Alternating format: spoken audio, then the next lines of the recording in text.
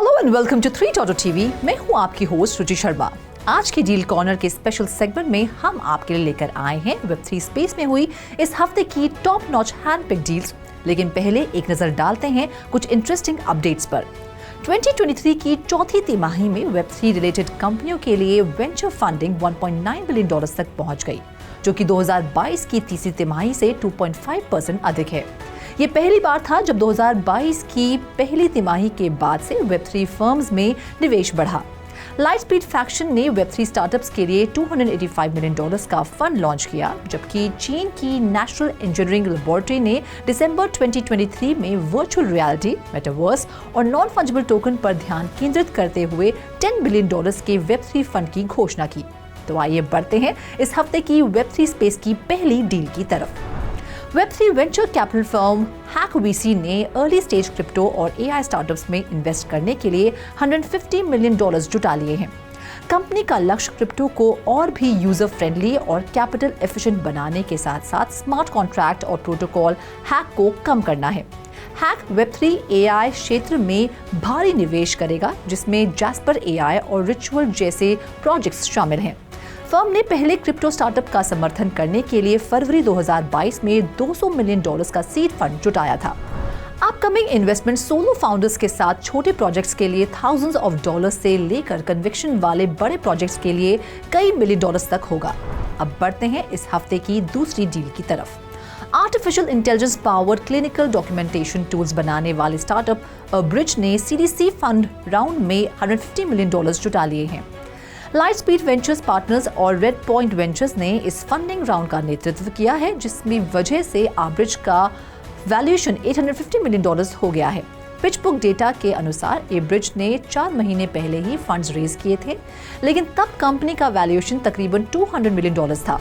अब बढ़ते हैं इस हफ्ते की तीसरी डील की तरफ।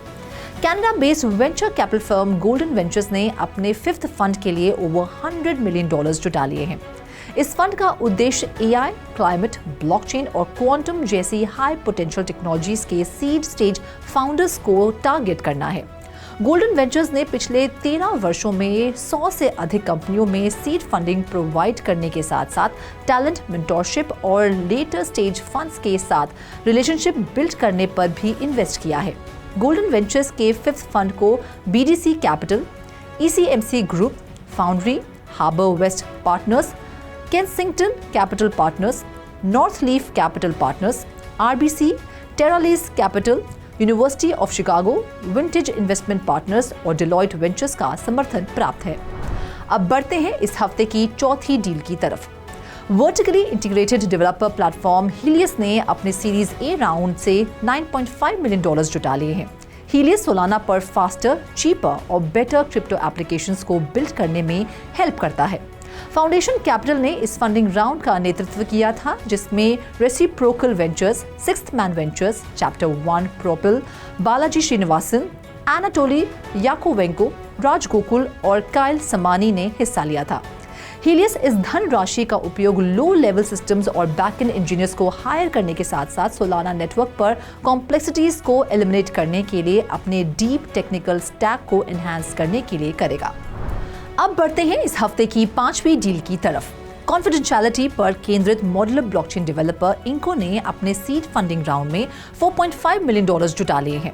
Crypto focused venture firm 1KX ने इस फंडिंग राउंड का नेतृत्व किया, जिसमें Circle Ventures, GSR, Polygon Ventures, Robot Ventures, Alliance DAO और GK Singh developer Matter Labs ने हिस्सा लिया था। इनको के फाउंडर रेमी गाय ने बताया कि कंपनी ने अपने सीड फंडिंग राउंड सितंबर 2023 में स्टार्ट किया था, जिसे नवंबर 2023 में क्लोज कर दिया था। हालांकि उन्होंने इनको की वैल्यूएशन का खुलासा नहीं किया है। अब बढ़ते हैं इस हफ्ते की आखिरी डील की तरफ।